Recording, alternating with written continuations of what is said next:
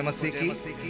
प्रभु यीशु मसीह के नाम से इस एक बार मैं पास्टर राजकुमार लोहरा आप सबों का प्रभु यीशु के नाम में स्वागत करता हूं और ईश्वर का धन्यवाद करते हैं क्योंकि उसने हम सबों को संभाला, सुरक्षित रखा और फिर से एक बार ये सुंदर अवसर हमारे जीवन में दिया कि हम अपने जीवित रहते हुए हम प्रभु की स्तुति, उसकी प्रशंसा कर सकें। सो आइए हम लोग प्रार्थना के साथ आज की इस आराधना को शुरू करेंगे। हम सभी अपने आंखों को बंद करेंगे, सरों को झुकाएंगे, प्रार्थना के साथ आज की इस आराधना को शुरू करेंगे। मेरे महान जीवित अनुग्रहकारी परमेश्वर पिता, प्रभु हम आपका धन्यवाद करते हुए प्रभु यीशु के नाम में इस समय प्रभु आपके चरणों में आते हैं। धन्यवाद करते हैं कि समय के सारे उपकारों के लिए, भलाइयों के लिए जो तूने हमारे जीवन में किया है। प्यारे परमेश्वर हम आपका धन्यवाद करते हैं। हे प्रभु, आज के इस पवित्र समय में जब हम तेरे बच्चे प्रभु हम तेरी स्तुति, तेरी प्रशंसा करना चाहते हैं प्रभु, अपनी सहायता को भेजिए मेरे महान परमेश्वर, ताकि हम तेरी सहायता के द्वारा अच्छी तरह से आत्मा और सच्चाई के साथ हम महिमा, स्तुति, प्रशंसा कर सकें। प्रभु धन्यवाद करते इस समय जहाँ कहीं भी हमारे लोग प्रभु इस ऑनलाइन के माध्यम से जुड़ रहे हैं मेरे महान परमेश्वर, उन सारे लोगों को प्रभु आशीष प्रदान करें। जो भी कमजोरी है, जो भी कमी है, घटी है प्रभु परिवारों में, प्रार्थना करते हैं प्रभु जी अपनी असीम शांति को भेजकर, अपनी चंगाई को भेजकर, अपनी आशीष को भेजकर अपने लोगों की सहायता करना। प्रभु धन्यवाद करते हैं प्रभु, इस पूरे सभा को शुरू से लेकर अंत तक हम आपके हाथ में समर्पित करते हैं और धन्यवाद के साथ प्रार्थना प्रभु यीशु के नाम में मांगते हैं। दया से सुन और ग्रहण कर, आमीन। हालेलुया। आइए हम लोग एक गीत गाकर प्रभु की स्तुति करेंगे, उसकी प्रशंसा करेंगे। जैसे दाऊद कहता है, हे मेरे मन यहोवा को धन्य कह और उसके किसी भी उपकार को ना भूलना, क्योंकि वही है जो तेरे सारे रोगों से तुझको चंगा करता है और तेरे सारे अधर्मों को क्षमा करता है। आइए हम लोग धन्यवाद करते हुए प्रभु की महिमा करेंगे और इस गीत को गाएंगे। प्रभु का धन्यवाद करूंगा, उसकी संगति में सदा रहूंगा, साथ चलूंगा, मैं जय जरूर पाऊंगा, प्रभु का धन्यवाद करूंगा। आइए हम लोग इस गीत को गाकर हम प्रभु की स्तुति करेंगे, प्रशंसा करेंगे।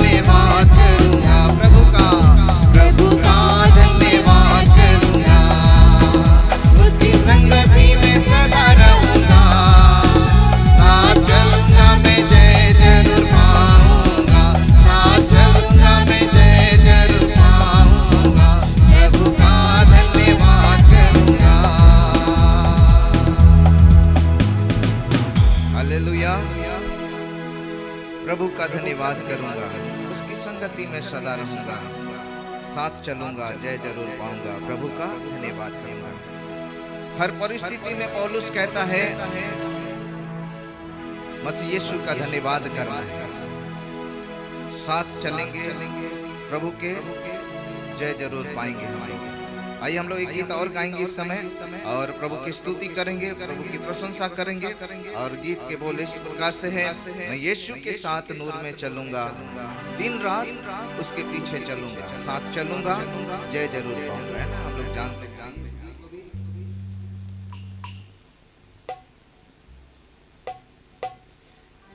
आइए इस गीत को हम लोग गाकर प्रभु की स्तुति करेंगे और अपने मुंह से इस बात का अंगीकार करेंगे, मैं यीशु के साथ नूर में चलूंगा, दिन और रात उसके पीछे चलूंगा, बतह पाऊंगा, यीशु मेरा मुंजी मसूली। आइए हम लोग इस एक बार इस गीत को गाकर प्रभु की स्तुति, प्रभु की प्रशंसा करेंगे। मैं यीशु के साथ नूर में चलूंगा, दिन और रात उसके पीछे मैं चलूंगा, पीछे चलूंगा, बता पाऊंगा, यीशु मेरा मुंजी मसूल।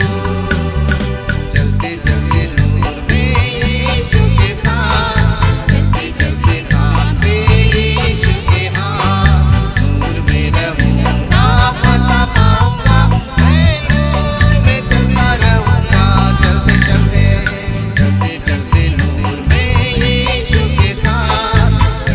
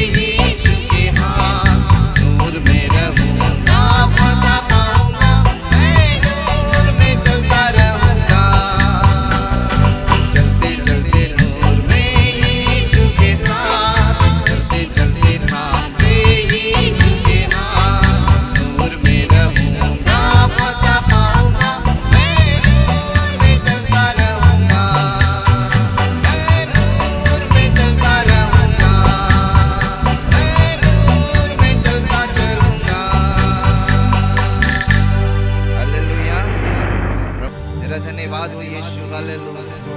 स्तुति हो प्रभु, तेरी प्रशंसा हो, hallelujah. Thank you Jesus, hallelujah. धन्यवाद हो यीशु, हालेलुया।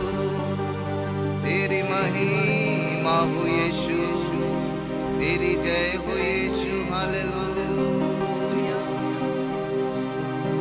धन्यवाद धन्यवाद धन्यवाद यीशु। आपके पवित्र आत्मा के लिए हम आपका धन्यवाद करते हैं। आपने हमें बयाने में दिया प्रभु, आपका धन्यवाद। उस आत्मा को फिर एक बार हमारे जीवन में भेज, जिससे कि हम जागृत हो जाएं, हालेलुया। जिससे कि प्रभु हम आत्मा में फिर एक बार प्रज्वलित हो जाएं, hallelujah. Thank you Jesus, hallelujah. तेरी महिमा हो यीशु, तेरी जय हो राजा यीशु, हालेलुया। गहरे प्यार से तूने प्यार किया, उसका प्रेम गहरा है, हालेलुया। जिस प्रेम से उसने हमसे प्रेम किया वो निस्वार्थ प्रेम है, हालेलुया। Thank you Jesus. एक माँ के समान वो हमसे प्रेम करता है, हालेलुया। बाइबल कहती है एक जन्माए हुए माता अपने बच्चे को छोड़ सकती है, परंतु मैं ना तो मैं तुम्हें छोड़ूंगा और ना तो मैं कभी तुम्हें धोखा दूंगा। देख, जगत के अंत तक सदैव मैं तुम्हारे साथ हूं, हालेलुया। तेरी महिमा हो यीशु। गहरे प्यार से तूने प्यार किया, गहरे प्यार से तूने प्यार किया। माँ से गहरा है प्यार तेरा, माँ से गहरा है प्यार तेरा। गहरे प्यार से तूने प्यार किया, गहरे प्यार से तूने प्यार किया। माँ से गहरा है प्यार तेरा, माँ से गहरा है प्यार तेरा। तू धन्य है, तू धन्य है,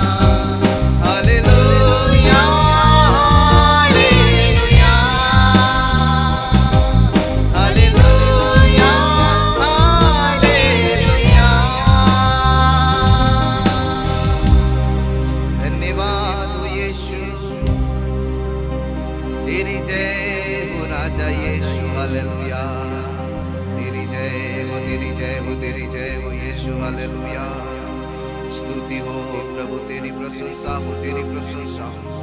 धन्यवाद आपकी उपस्थिति के लिए, हालेलुया। क्योंकि तेरा वचन कहता है प्रभु, जहाँ 2 या 3 तेरे नाम से जमा होते हैं उनके बीच में आप स्वयं उपस्थित होते हैं। हालेलुया प्रभु, आपकी उपस्थिति के लिए आपका धन्यवाद। आगे की सारे कार्यक्रम पर आपके आशीष होने पाए। जब तेरा वचन जो जीवित है, पवित्र है, आत्मा को छेदने वाला वचन प्रभु आज हमारे जीवन को छेदने पाए, आज हमारे जीवन को छू लेने पाए, हमारे रोगी शरीर को छू लेने पाए, हमारी बिगड़ी हुई हालात को छू लेने पाए, जिससे कि परमेश्वर आज के दिन हम आपके महान उद्धार को अपने जीवन में देख सकें। सामर्थी प्रभु यीशु मसीह के पवित्र नाम में प्रार्थना को मांगते हैं, दया से सुनिए और ग्रहण कीजिए। आमीन आमीन। फिर से एक बार आप सबों का बहुत बहुत धन्यवाद आराधना में जुड़ने के लिए। आइए इस समय हम लोग प्रभु के वचन की ओर आगे बढ़ेंगे। सबों को धन्यवाद। Praise the Lord. सबों को जय मसीह की। फिर से एक बार प्रभु यीशु मसीह के नाम से आप सबों का मैं पास्टर राजकुमार लोहरा हार्दिक अभिनंदन करता हूं और ईश्वर का धन्यवाद करता हूं कि परमेश्वर ने आज तक हम सबों को जिंदों की ज़मीन के ऊपर रखा कि हम अपने जीवित रहते हुए अपने उस महान परमेश्वर को धन्यवाद दे सके, उसकी महिमा, उसकी प्रशंसा कर सके। सो परमेश्वर का धन्यवाद हो। सुंदर गीतों के लिए धन्यवाद, अगुवाई होने के लिए धन्यवाद करते हैं कि परमेश्वर ने गीतों के माध्यम से भी हम सबों को आशीष दिया है। और जैसे गीत में हम लोगों ने गाया कि हमेशा हमेशा अपने जीवन में हम लोग प्रभु यीशु मसीह के साथ जब हम लोग चलते हैं, परमेश्वर हम लोगों को एक विजयी जीवन प्रदान करते हैं। सो परमेश्वर का धन्यवाद हो, क्योंकि उसने हम सबों को जयवंत से भी बढ़ करके बनाया है। सो आइए इस समय आज के वचन की ओर हम लोग आगे बढ़ेंगे। और सबसे पहले आज एक वचन को हम लोग पढ़ेंगे, पहला इतिहास की किताब उसका 4 अध्याय से और उसका 9 पद और 10 पद को आज हम लोग पढ़ेंगे और इस पर हम लोग थोड़ी देर मनन करेंगे। पहला इतिहास की किताब उसका 4 अध्याय और उसका 9 और 10 वचन ऐसा लिखा है, याबेस अपने भाइयों से अधिक प्रतिष्ठित हुआ और उसकी माता ने यह कहकर उसका नाम याबेस रखा, मैंने इसे पीड़ित होकर उत्पन्न किया। 10 वचन, याबेस ने इज़राइल के परमेश्वर को यह कहकर पुकारा, भला होता कि तू मुझे सचमुच आशीष देता और मेरा देश बढ़ाता और तेरा हाथ मेरे साथ रहता और तू मुझे बुराई से ऐसा बचा रखता कि मैं उससे पीड़ित ना होता। और जो कुछ उसने मांगा वह परमेश्वर ने उसे दिया। परमेश्वर का धन्यवाद हो। पढ़े गए वचन के द्वारा हम सबों को परमेश्वर आशीष दे। बाइबल में यह एक ऐसा चरित्र है जिसके बारे में बहुत कम लिखा गया है, बहुत कम शब्द इसके लिए बोला गया है बाइबल में, लेकिन जब हम इसके जीवन का अध्ययन करते हैं, इनकी कही हुई बातों का अध्ययन करते हैं, इसके बारे में कही गई बातों का जब हम लोग अध्ययन करते हैं, तब हम लोग को समझ में आता है याबेस का चरित्र परमेश्वर के नजदीक कैसा था। लिखा है, याबेस अपने भाइयों से अधिक प्रतिष्ठित हुआ। आज हम लोग प्रतिष्ठा के बारे में सीखेंगे। प्रतिष्ठा, यह बड़ा होना, यह अंग्रेजी में फेमस होना, इन सारे बातों के पीछे आज दुनिया दौड़ रही है, भाग रही है कि मैं किसी रीति से फेमस हो जाऊं, मैं किसी रीति से बड़ा हो जाऊं, मेरा नाम किसी रीति से प्रतिष्ठा पाए और प्रतिष्ठित हो जाऊं। और इस प्रकार की बातों के पीछे आज संसार के लोग भाग रहे हैं, या कहेंगे कि हम में से कई लोग भी भाग रहे हैं। लेकिन परमेश्वर का वचन कहता है कि परमेश्वर जब तक किसी को ना बढ़ाए कोई बढ़ नहीं सकता है। परमेश्वर जब तक किसी को उठाए तब तक वो मनुष्य उठ नहीं सकता है। जब तक परमेश्वर किसी को प्रतिष्ठित ना करे, परमेश्वर का वचन कहता है कोई प्रतिष्ठित नहीं हो सकता है। इसीलिए हम लोग को आज परमेश्वर के वचन के अनुसार आज पढ़ना है और इस बात को हम लोग को जानना है कि परमेश्वर प्रतिष्ठित कैसे करता है। जब हम लोग लूका रचित सुसमाचार 22 अध्याय को हम लोग पढ़ेंगे तो वहां पर लिखा है 24 पद में कि आपस में चेले लोगों में आपस में वाद विवाद होने लगा कि हम में से बड़ा कौन होगा। बड़ा होने के पीछे होड़ मची हुई थी। प्रेरितों के बीच में भी ये बातें पाई जाती थी कि हम में से बड़ा कौन होगा। किसी ने इतना तक पूछ लिया कि हे परमेश्वर, जब तू अपने राज्य में आएगा तो हमारा पद, हमारा स्थान कौन सा होगा। लोग, चेले लोग भी बड़ा होना चाहते थे, चेले लोग भी प्रतिष्ठित होना चाहते थे। लेकिन एक बात हम लोग को नहीं भूलना चाहिए, परमेश्वर के वचन भजन संहिता उसका 75 अध्याय और उसका 6 वचन और उसका 7 वचन इस प्रकार की बातें हम लोग को सिखलाता है। बढ़ती ना तो पूर्व से और ना तो पश्चिम से आती है और ना जंगल की ओर से, परंतु यहोवा ही न्यायी है, वह एक को घटाता है और दूसरे को बढ़ाता है। क्या कारण है ऐसी बातें लिखी गई है? बढ़ती ना तो पूरब से ना तो पश्चिम से और ना जंगल की ओर से आती है, याद रखिए। और बढ़ोतरी पाने के लिए, प्रतिष्ठित होने के लिए, बड़ा होने के लिए, ऊंचा पद पाने के लिए आज लोग ना जाने क्या कुछ करते हैं, अंडर टेबल काम करते हैं और गलत विचारों के साथ काम करते हैं, गलत चीजों का अपना जीवन का आधार मानते हैं और अपने जीवन में प्रतिष्ठा पाना चाहते हैं। लेकिन आप पर हमको स्मरण होना चाहिए, परमेश्वर का दास दाऊद यूं ही नहीं कहता है, परंतु वो कहता है बढ़ती ना तो पूरब से आएगी और ना तो पश्चिम से आएगी और ना तो जंगल की ओर से आएगी, परंतु परमेश्वर ही न्यायी है, वो एक को बढ़ाएगा और एक को घटाएगा। किसको बढ़ाएगा, किसको बढ़ाएगा? आज परमेश्वर के वचन से देखने की आवश्यकता। आखिर परमेश्वर ने अपने सारे भाइयों में से केवल याबीस को ही क्यों बड़ा किया, याबीस को ही क्यों प्रतिष्ठित किया, याबीस को ही परमेश्वर ने ऊंचा पद क्यों दिया? आज हम लोग को सीखने की आवश्यकता है। आज हम लोग सीखेंगे, आज हम लोग सीखेंगे कि परमेश्वर किसको ऊंचा उठाता है और कौन गिराया जाता है। जब हम लोग पढ़ेंगे वापस पहला इतिहास उसका 4 अध्याय और उसका 9 वचन को, तो लिखा हुआ है याबीस अपने भाइयों से अधिक प्रतिष्ठित हुआ और अपनी माता ने उसकी माता ने यह कहकर उसका नाम याबीस रखा कि मैंने इसे पीड़ित होकर उत्पन्न किया है। मैंने इसे पीड़ित होकर के उत्पन्न किया है। इसका क्या मतलब है? याबीस अपनी माँ के उस पीड़ा को, उस दर्द को, जो जन्माए जाने का दर्द होता है, उत्पन्न होने का जो दर्द होता है, पीड़ा होता है, उस दर्द को वो समझ रहा था। अपने माँ के उस दर्द को, पीड़ा को वो समझा और इसी कारण वो प्रतिष्ठित हुआ। आज हम सबों को भी एक विश्वासी होने के नाते हम सभी लोगों को भी, हम लोग को प्रभु यीशु मसीह के उस पीड़ा को, जिसके द्वारा हम लोग जन्माए गए हैं, जिसके द्वारा हमने एक नया जीवन को प्राप्त किया है, जिसके द्वारा हम लोग एक नए सिरे से रचे गए हैं, रचना हुई है फिर से हमारी।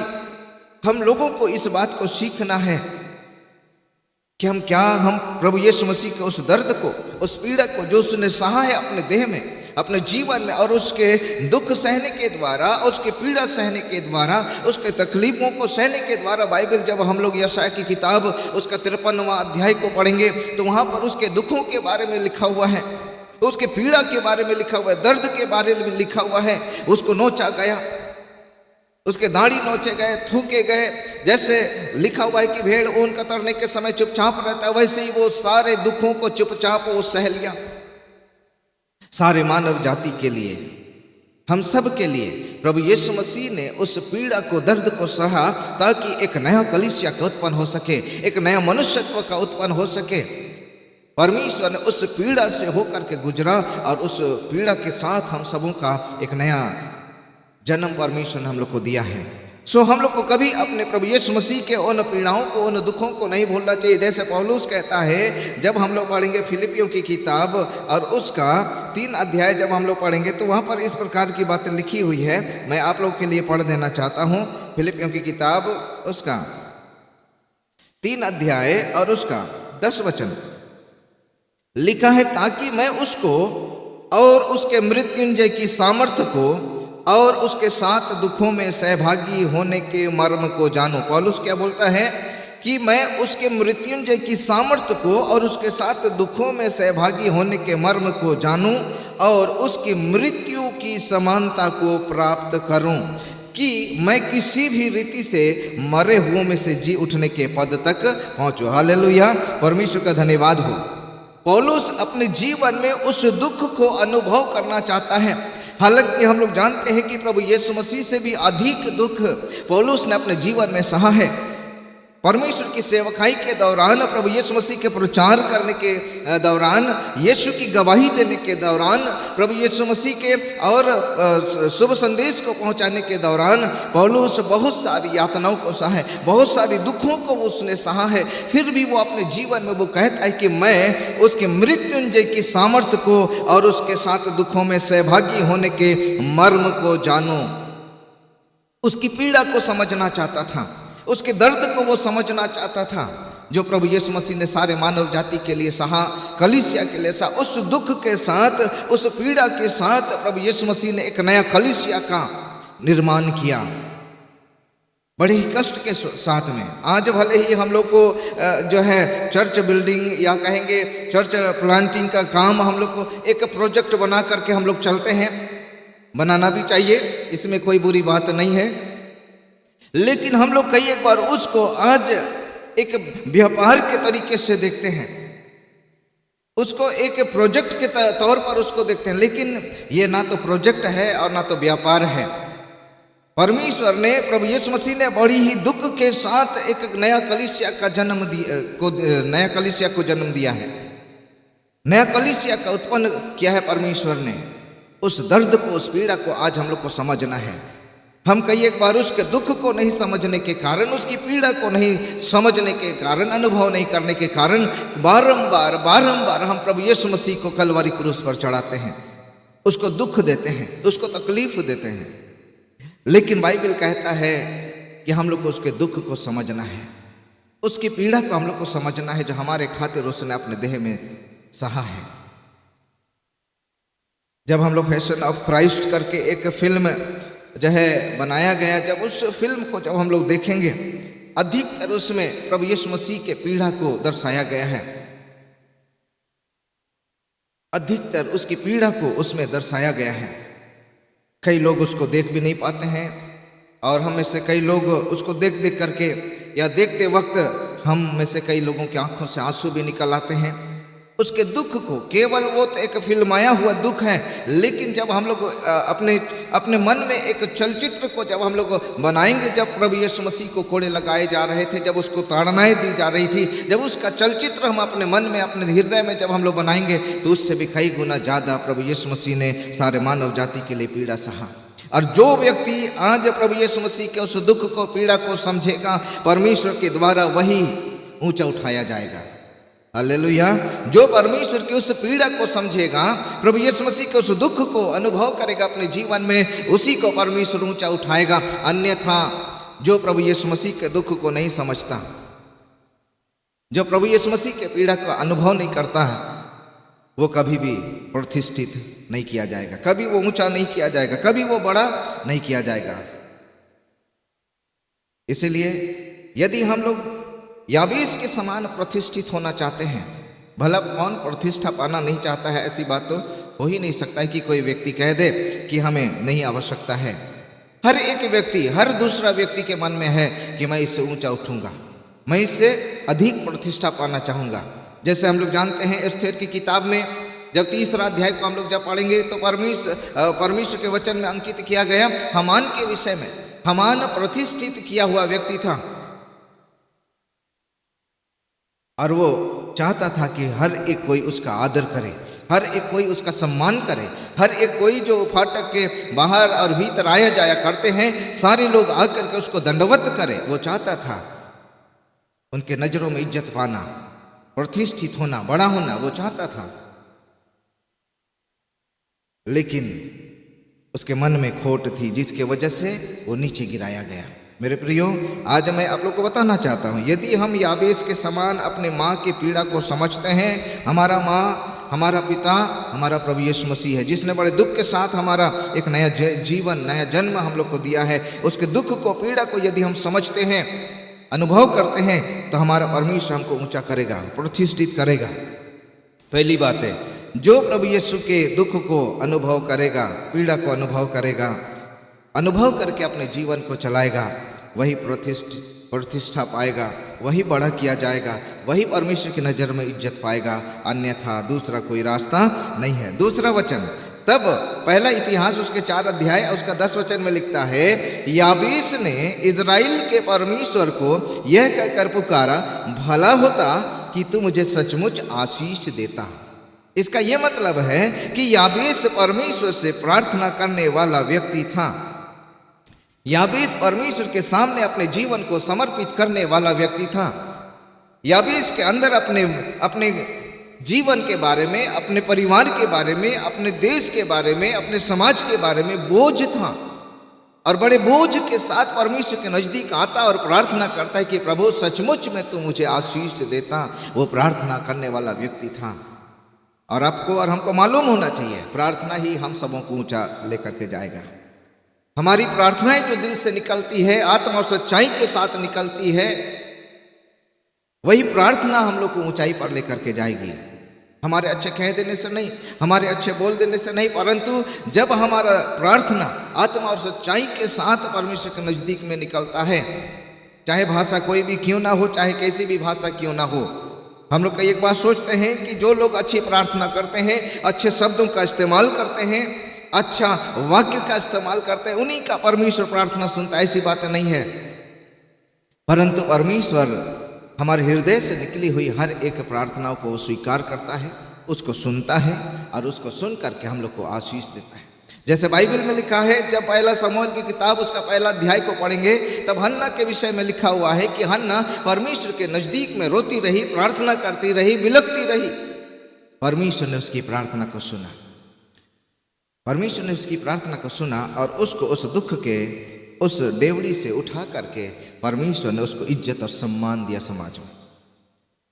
जबकि समाज में इज्जत, परिवार में इज्जत उसका नहीं हो रहा था। हम लोग जानते हैं कि उसकी जो सौतन थी और वो उसको बार बार चिढ़ाया करती थी, कुड़ाया करती थी और कहती थी कि ये बांझ है, बांझ कह करके उसको चिढ़ाया जाता था। लेकिन जब परमेश्वर के नजदीक में अपने चरणों को लेकर के आई, अपने घुटने को टेकी, अपनी आंखों को परमेश्वर की ओर लगाई और प्रार्थना की सच्चे दिल के साथ में, परमेश्वर ने उसकी प्रार्थना को सुना और प्रार्थना को सुन करके परमेश्वर ने उसको इज्जत बख्शा। उसी समाज में परमेश्वर ने उसको आशीष दिया, उसी परिवार में परमेश्वर ने उसको इज्जत दिया। जैसे हम लोग को मालूम होना चाहिए, जब हम लोग यहोशू की किताब उसका 3 अध्याय का 7 वचन जब हम लोग पढ़ेंगे तो वहाँ पर परमेश्वर यहोशू के बारे में एक शब्द को बोलता है जो बहुत ही अच्छा शब्द है। बहुत कम लोगों के विषय में परमेश्वर ऐसे कहते हैं, बहुत कम लोगों के बारे में ऐसे बाइबल में लिखा गया है।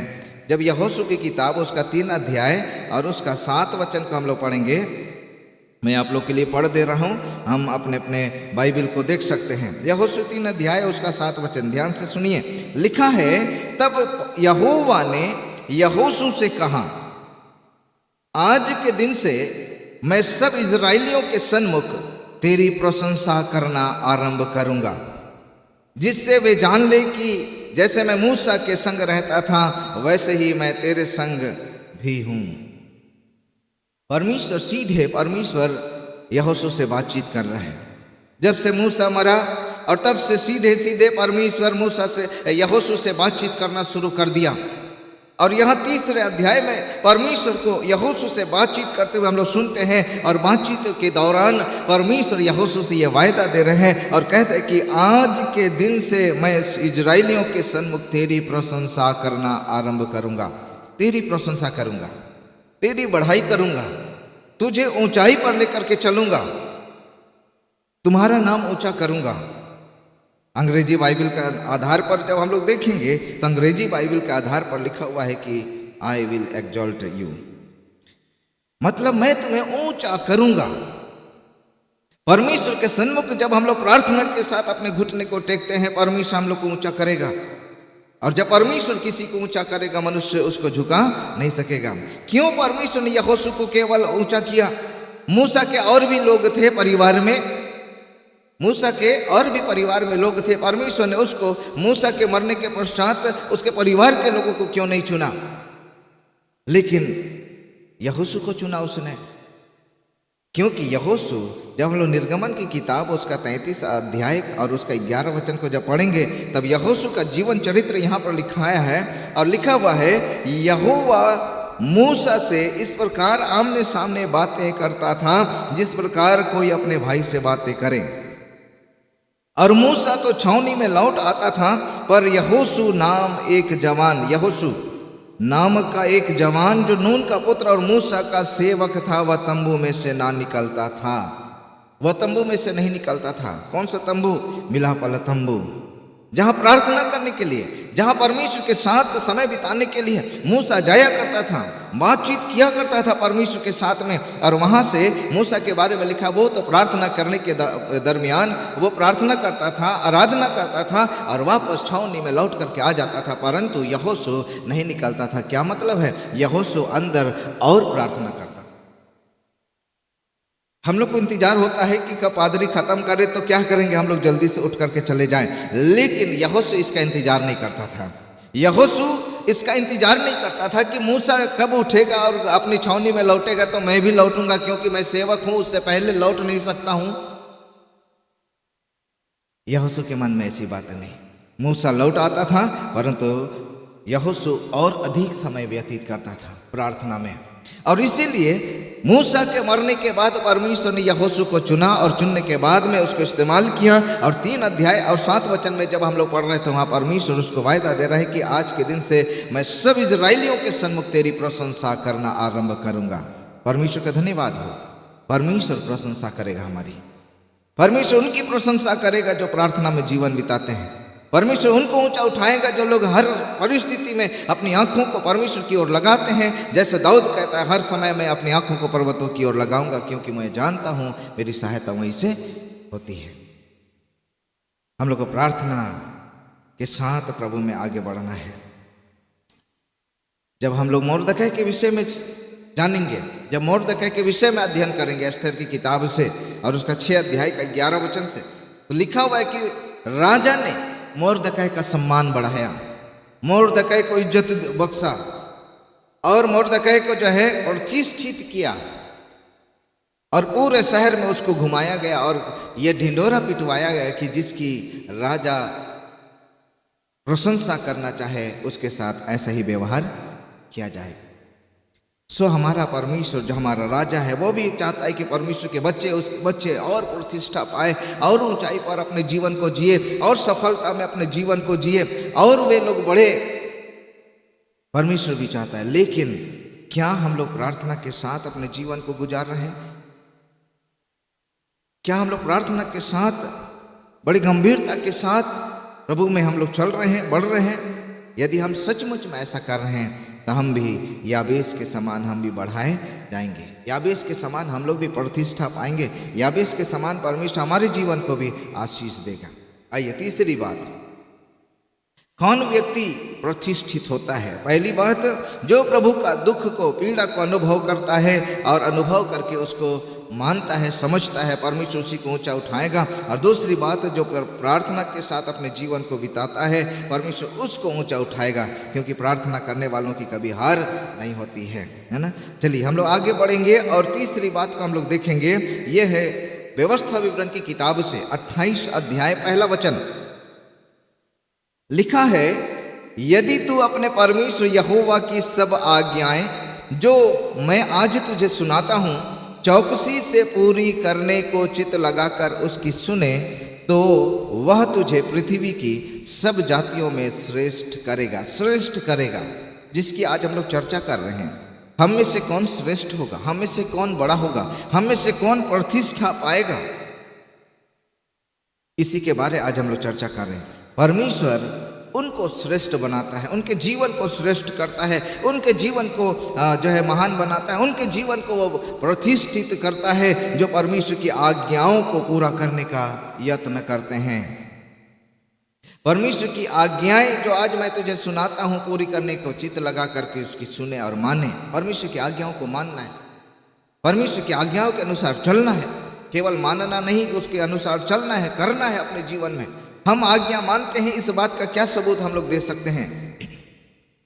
जब सामुएल की किताब हम लोग 15 अध्याय, 1 सामुएल उसका 15 अध्याय को जब हम लोग अध्ययन करेंगे तो वहां पर लिखा हुआ है, सामुएल ने साउल से कुछ करने के लिए कहा था।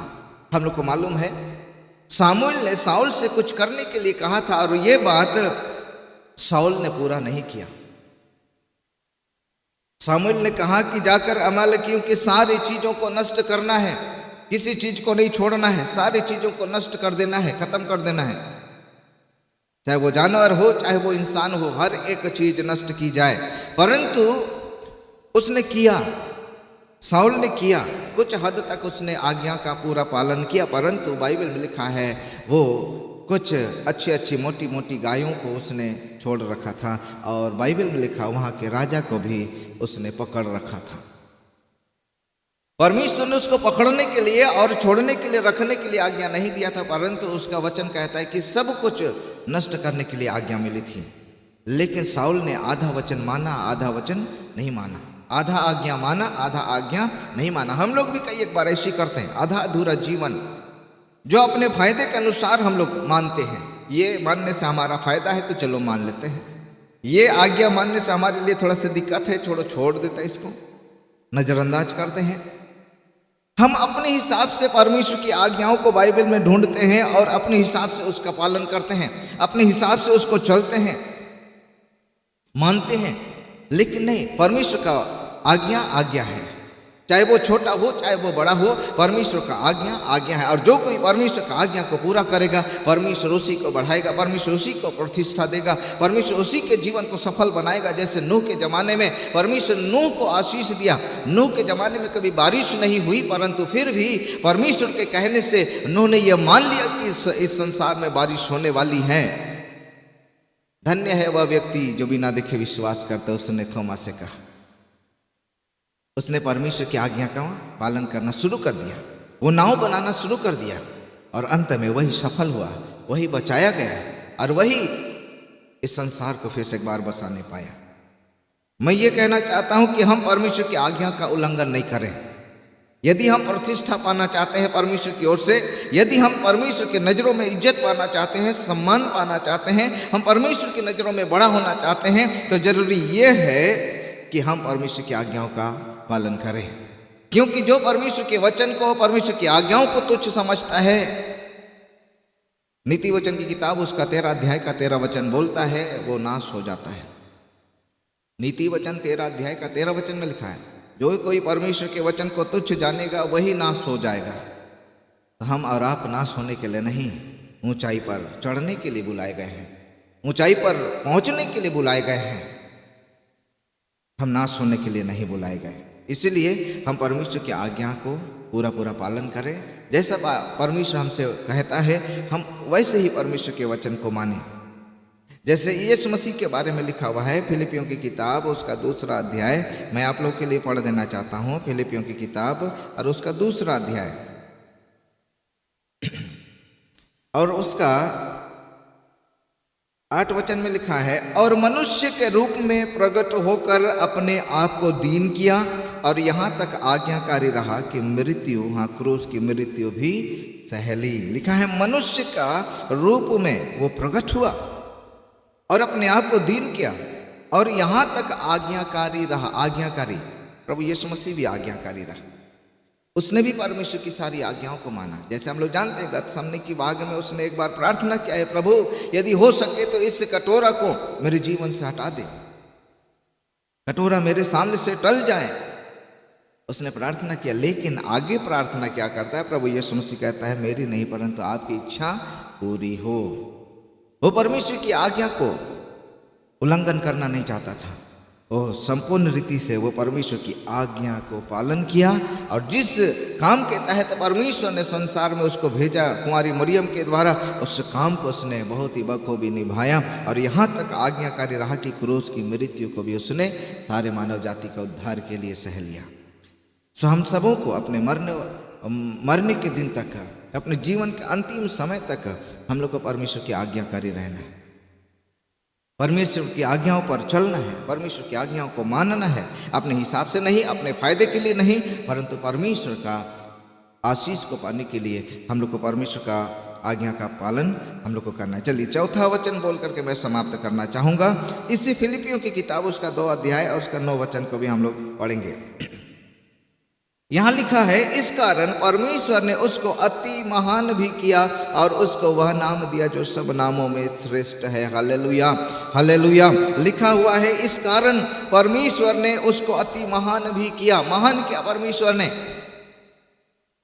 और लिखा है कि परमेश्वर ने वह नाम दिया जो सब नामों में श्रेष्ठ है। बहुत सारा नाम है संसार में, बहुत सारा नाम है, अलग अलग पुस्तकों में, अलग अलग धर्म पुस्तकों में बहुत सारे नाम आपको मिलेंगे, लेकिन सब नामों में एक ही नाम श्रेष्ठ है और वो है हमारे प्रभु यीशु मसीह का नाम। बोलिए हालेलुया, हालेलुया। हमारे परमेश्वर प्रभु यीशु मसीह का धन्यवाद हो जिसने ये नाम को कमाया है। परमेश्वर ने उसको महान भी किया। क्यों किया? क्योंकि बाइबल कहता है 7 वचन में, वो अपने आप को ऐसा शून्य कर दिया और दास का स्वरूप धारण कर लिया। अपने आप को शून्य कर दिया, अपने आप को नम्र कर दिया। वो सब कुछ था लेकिन वो कुछ नहीं बना। बाइबल कहती है उसी के लिए, उसी के द्वारा सारी सृष्टि की रचना की गई। सारी सृष्टि का मालिक होने के बावजूद भी उसने मनुष्य जाति का उद्धार के लिए अपने आप को शून्य कर दिया। हमारी मुक्ति के लिए वो अपने आप को शून्य कर दिया, जीरो कर दिया। आज कोई जीरो होना नहीं चाहता है। आज सब ये अपने मन में सवाल लेकर के जीवन जीते हैं कि हम में से बड़ा कौन होगा, हम में से बड़ा कौन होगा, कौन प्रतिष्ठा पाएगा परमेश्वर की नज़र में, कौन इज्जत पाएगा परमेश्वर की नज़र में। इसके पीछे होड़ मची रहती है, लेकिन कोई जीरो बनना नहीं पसंद करता है। याद रखिए, जो परमेश्वर के सामने अपने आप को जीरो करेगा, परमेश्वर उसी को सबके सामने हीरो बनाएगा। परमेश्वर उसी को सबके सामने ऊंचा करेगा, महान करेगा, उसके नाम को ऊंचा करेगा, उसके जीवन को ऊंचा करेगा। हम लोग को मालूम होना चाहिए, हम लोग जितने लोग पढ़े लिखे लोग हैं, जब हम लोग 9 क्लास 10 क्लास का हिंदी किताब को उठा करके पढ़ेंगे, उस हिंदी किताब में एक कविता है और वो कविता या वो पाठ जो है नींव की ईंट करके प्रसिद्ध है। नींव की ईंट, उस पुस्तक में या उस कविता में लेखक ने उस नींव के ईंट पर जोर दिया है। लेखक ने उस नींव की ईंट के ऊपर में जोर दिया है और उसके बारे में व्याख्या क्या है। आज संसार के लोग इमारत का ऊंचा हिस्सा बनना चाहते हैं, सारे लोग, क्योंकि ऊंचाई वाला हिस्सा जो होता है वो दिखता है, लोगों के मन को जो है भावता है, लोगों के मन को आकर्षित करता है, लोगों को अपनी ओर खींचता है। लोग ऊंचाई पर चढ़ना चाहते हैं, आखिरी ईंटा बनना चाहते हैं, या कहेंगे कि बीच वाला ईंटा बनना चाहते हैं। लेकिन नींव के ईंट के लिए आज बहुत कम लोग होते हैं जो अपने आप को समर्पण करते। हमारा प्रभु वो नींव का ईंट बना, जिसके बदौलत एक चर्च का उत्पन्न हुआ, जिसके बदौलत एक आत्मिक जीवन का जो है उत्पन्न हुआ, जिसके बदौलत आपका और हमारा जीवन फिर से खड़ा कर दिया गया। परमेश्वर प्रभु यीशु मसीह और नींव की ईंट के समान चुपचाप रहा। वो पहला ईंट भी तो मन में मन सोचता होगा कि खास मैं भी ऊंचे कंगूरे पर लगाया जाता तो लोग हमको देखते हैं, लोग हमारी ओर आकर्षित होते हैं। लेकिन वो अपने आप को चुपचाप से उस नींव की ईंट के लिए समर्पित कर देता है। धन्य धन्य है वह ईंट जिसके ऊपर पूरा घर क्या रहता है, संभला रहता है। और वो ईंट है, नींव की ईंट हमारा प्रभु यीशु मसीह बना। आज आपको और हमको भी परमेश्वर के जैसा ही हम लोग को काम करना है। वो नींव की ईंट बना, वो अपने आप को शून्य कर दिया, हम लोगों को भी अपने जीवन को शून्य कर। धन्य है वह जिसका मन नम्र है, दीन है, परमेश्वर से आशीष पाएगा। वो परमेश्वर उसको ऊंचा करेगा, परमेश्वर उसके जीवन को अच्छा करेगा और सफल बनाएगा। हम लोग को जरूरी यह है कि हम अपने जीवन को परमेश्वर के सामने शून्य कर दें, क्योंकि जब हम लोग अपने जीवन को शून्य करेंगे, परमेश्वर हमारे जीवन में काम करना शुरू कर देगा। जब तक पौलुस का जीवन में अहम था, परमेश्वर उसके जीवन को इस्तेमाल नहीं किया। जब वो समर्पित कर दिया अपने जीवन को शून्य कर दिया, और तब परमेश्वर ने उसको इस्तेमाल करना शुरू किया और अन्य जातियों के लिए और सब के लिए परमेश्वर ने उसको इस्तेमाल किया और उसको ऊंचा भी किया, उसको समाज में सम्मान दिया। सो परमेश्वर का धन्यवाद हो। आज हम में से सभी लोग चाहते हैं कि हमारा सम्मान हो, हम सभी लोग चाहते हैं कि हमारा प्रतिष्ठा हो, हम सभी लोग चाहते हैं कि हमारा जीवन बड़ा बने, हाँ, परमेश्वर बनाने के लिए तैयार है। परमेश्वर हमारे जीवन को ऊंचाई और सफलता के शिखर पर पहुंचाने के लिए तैयार है। लेकिन क्या हम उस परमेश्वर के दुख को, पीड़ा को अनुभव करते हैं अपने जीवन में? क्या हम प्रार्थना के साथ अपने जीवन को बिता रहे हैं? क्या हम लोग परमेश्वर की आज्ञाओं के साथ बने हुए हैं? परमेश्वर की आज्ञाओं का पालन कर रहे हैं? क्या हम अपने जीवन को प्रतिदिन प्रभु के सामने शून्य कर रहे हैं, समर्पित कर रहे हैं? यदि ऐसा कर रहे हैं तो सचमुच में हमारा परमेश्वर कहता है कि आज के दिन से मैं तुम्हारी प्रशंसा करना आरंभ करूंगा। तो हमारा परमेश्वर कहता है कि मैं तुझे ऊंचे पर उठाऊंगा। यदि तुम में से कोई बड़ा बनना चाहता है तो वह अपने आप को पहले छोटा करे। यूं ही नहीं कह दिया परमेश्वर ने। यदि तुम में से कोई बड़ा होना चाहता है, ऊंचा उठना चाहता है, पहले नीचे हो, पहले अपने आप को छोटा बनाओ। परमेश्वर कितना ऊंचा करेगा। फिर हम लोग ऊंचाई से शुरू करना चाहते हैं, ऊंचाई तक, लेकिन हमारा परमेश्वर शुरू करता है शून्य से लेकर के। हम लोग गीत भी गाते हैं, शून्य से लेके रच लिया तूने, है ना। हमारा परमेश्वर शून्य से स्टार्ट करता है, 0 से स्टार्ट करता है और 100% वो काम करता है। तो इसलिए हम परमेश्वर के सामने अपने जीवन को शून्य करें, नम्र करें, दीन करें, जिससे कि हमारा परमेश्वर हमारे जीवन को ऊंचा कर सके, हमारे जीवन को बढ़ा सके, हमारे जीवन को लोगों के नज़रों में और जो है प्रतिष्ठित कर सके, ऐसा होने पाए। आइए हम अपनी आंखों को बंद करेंगे, प्रार्थना के साथ आज की सभा को हम लोग समाप्त करेंगे। Hallelujah, thank you Jesus, hallelujah. धन्यवाद हो यीशु, तेरे नाम की स्तुति करते हैं प्रभु, तेरी प्रशंसा करते हैं। हालेलुया, धन्यवाद धन्यवाद धन्यवाद। हाँ प्रभु, आप महान है। हालेलुया। आप चाहते हैं कि आपके बच्चे, आपके लोग निरंतर ऊंचा उठाए जाएं। हालेलुया। आप चाहते हैं कि आपके बच्चे निरंतर परमेश्वर सफलता के शिखर पर पहुंचे। लेकिन कई एक बार प्रभु अनाज्ञाकारिता की वजह से, कई एक बार हमारे हट के वजह से, कई एक बार हमारा प्रार्थना का जीवन अच्छा नहीं होने की वजह से, कई एक बार प्रभु आपके उस दुख और दर्द और पीड़ा को नहीं महसूस करने के द्वारा से प्यार परमेश्वर हम अपने जीवन को पीछे करते हैं। आप अनुग्रह करें, आप अनुग्रह करें। आज के दिन जबकि हम लोगों ने इस वचन को सुना है, पढ़ा है, मेरे महान परमेश्वर तेरा वचन जो जीवित है, पवित्र है, प्रबल है, प्रभु हमारे जीवन से आज बातचीत करने पाए, हमारे जीवनों को आज प्रभु आपके योग्य बनाने पाए। हालेलुया।